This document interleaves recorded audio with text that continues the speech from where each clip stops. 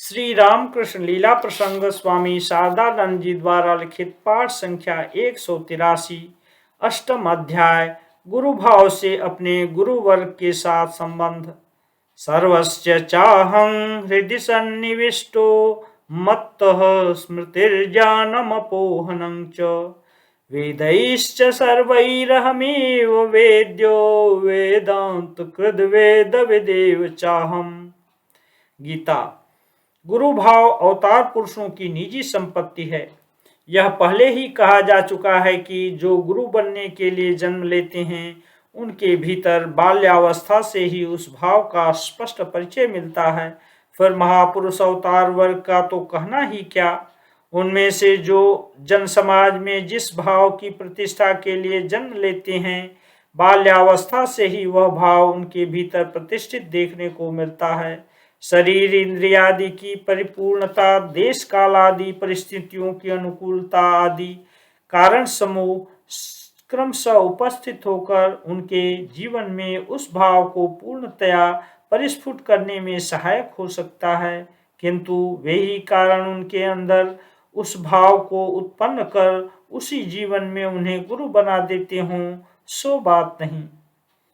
ऐसा देखने में आता है कि वह भाव मानो उनकी निजी संपत्ति है, उसे लेकर ही मानो उन्होंने अपना जीवन प्रारंभ किया है एवं उनके उस जीवन में वह भाव कैसे उत्पन्न हुआ इस बात को जानने के हजारों प्रयत्न करने पर भी उसके कारण का ठीक पता नहीं लग पाता।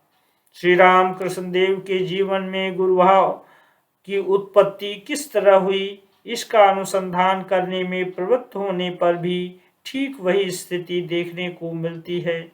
बाल्यावस्था या युवावस्था अथवा साधन काल सभी समय उनके भीतर उस भाव की स्वल्पाधिक अभिव्यक्ति देखकर अवाक रह जाना पड़ता है तथा किस तरह उनके जीवन में उस भाव का सर्वप्रथम विकास हुआ बहुत कुछ सोचने विचारने पर भी इसका कोई निश्चय नहीं किया जा सकता।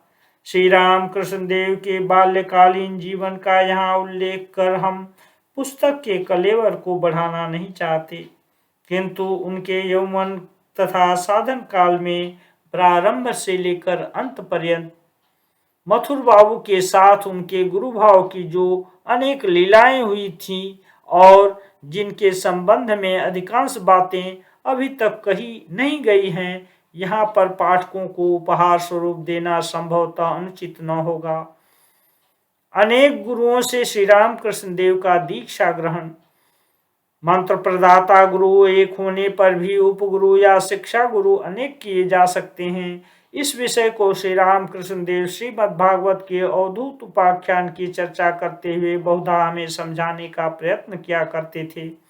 श्रीमद् भागवत में वर्णित है कि अवधूत ने क्रमशः 24 उपगुरुओं से विशेष विशेष शिक्षा प्राप्त करने के पश्चात सिद्धि लाभ कर लिया था। इसी तरह हम देखते हैं कि श्री राम कृष्ण देव ने भी अपने जीवन में विशेष विशेष साधनोपाय तथा सत्य उपलब्धि के निमित्त अनेक गुरुओं का ग्रहण किया था। उनमें से भैरवी ब्राह्मणी न्यांगटा तोतापुरी जी तथा मुसलमान गोविंद का नाम उल्लेख करते हुए हमने बहुधा सुना है। हिंदू संप्रदाय के अन्य साधनोपायों की शिक्षा विभिन्न गुरुओं से प्राप्त करने पर भी श्री राम कृष्ण देव प्रायः उन लोगों के नाम का उल्लेख नहीं किया करते थे। केवल इतना ही वे कहते थे कि अन्य गुरुओं से विभिन्न मत की साधन प्रणालियों का ज्ञान प्राप्त कर केवल 3 दिन की साधना से ही उन्हें सभी बातों में सिद्धि प्राप्त हुई थी।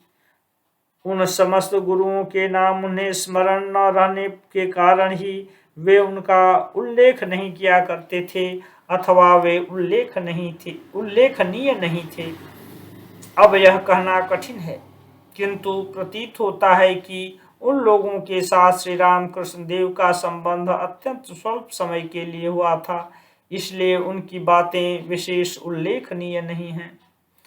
भैरवी ब्राह्मणी। श्री राम कृष्ण देव के शिक्षा गुरुओं में से जो भैरवी ब्राह्मणी ने बहुत दिन तक उनके समीप निवास किया था, किंतु उनके रहने के समय को ठीक ठीक निर्धारित करना अत्यंत कठिन है, क्योंकि श्री राम कृष्ण देव के श्री चरणों में हम लोगों के आश्रय ग्रहण करने के कुछ काल पूर्व ही दक्षिणेश्वर से वे अन्यत्र चली गई थी तथा उसके बाद लौटकर वे पुनः वहां नहीं आईं। इसके पश्चात केवल एक बार श्री राम कृष्ण देव को उनकी खोज मिली थी। उस समय भैरवी ब्राह्मणी श्री काशी धाम में तपस्या में संलग्न रहकर काल यापन कर रही थीं। इसके बाद उनके बारे में और कुछ समाचार नहीं प्राप्त हुआ।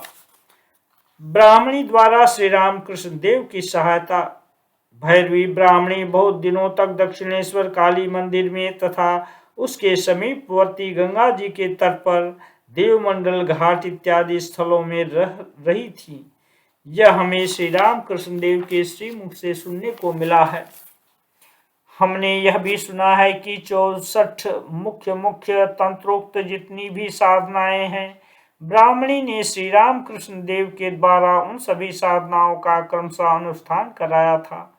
सुना है ब्राह्मणी का वैष्णव मत संबंधी तंत्र आदि में भी अच्छा ज्ञान था एवं उन्होंने श्री राम कृष्ण देव को सखी भाव इत्यादि की साधना के समय भी किसी किसी अवसर पर सहायता की थी। हमें यह भी विदित हुआ है कि श्री राम कृष्ण देव को इस प्रकार साधन काल में सहायता प्रदान करने के पश्चात भी कुछ वर्ष, कुल मिलाकर 6 वर्ष वे अत्यंत सम्मान के साथ दक्षिणेश्वर में रही थी तथा उस समय कभी कभी श्री राम कृष्ण देव तथा उनके भांजे हृदय राम के साथ वे श्री राम कृष्ण देव की जन्मभूमि कामारपुकुर तक जाकर उनके आत्मीय जनों के बीच में भी रह आई थीं। तभी से श्री माता जी ब्राह्मणी को अपनी सास की तरह आदर तथा मातृ संबोधन किया करती थीं। वैष्णव तंत्रोक्त भावों के संबंध में ब्राह्मणी के अनुभव। ब्राह्मणी ने वैष्णवों की साधन प्रणाली का अनुसरण कर अपने जीवन में सख्य वात्सल्यादि भाव समूह के रसों का भी कुछ कुछ अनुभव किया था।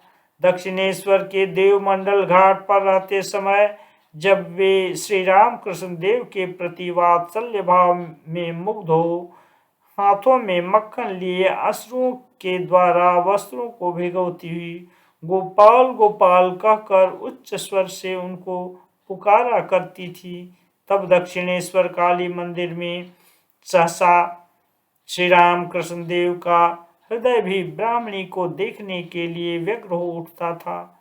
हमने सुना है कि बालक जिस प्रकार जननी के समीप उपस्थित होता है, ठीक उसी प्रकार एक ही दौड़ में 2 मील का मार्ग तय कर वे उस समय उनके निकट पहुंचते तथा उनके समीप बैठकर उस मक्खन को खाया करते थे।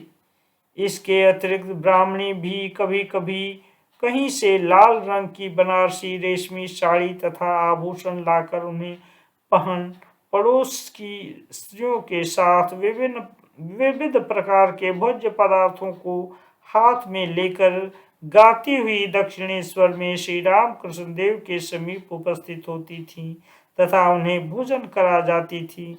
श्री राम कृष्ण देव कहा करते थे कि उनके बिखरे हुए केश तथा भाव विह्वल अवस्था को देखकर लोगों को ऐसा प्रतीत होता था मानो वे गोपाल के विरह में व्याकुल नंदनानी यशोदा हैं।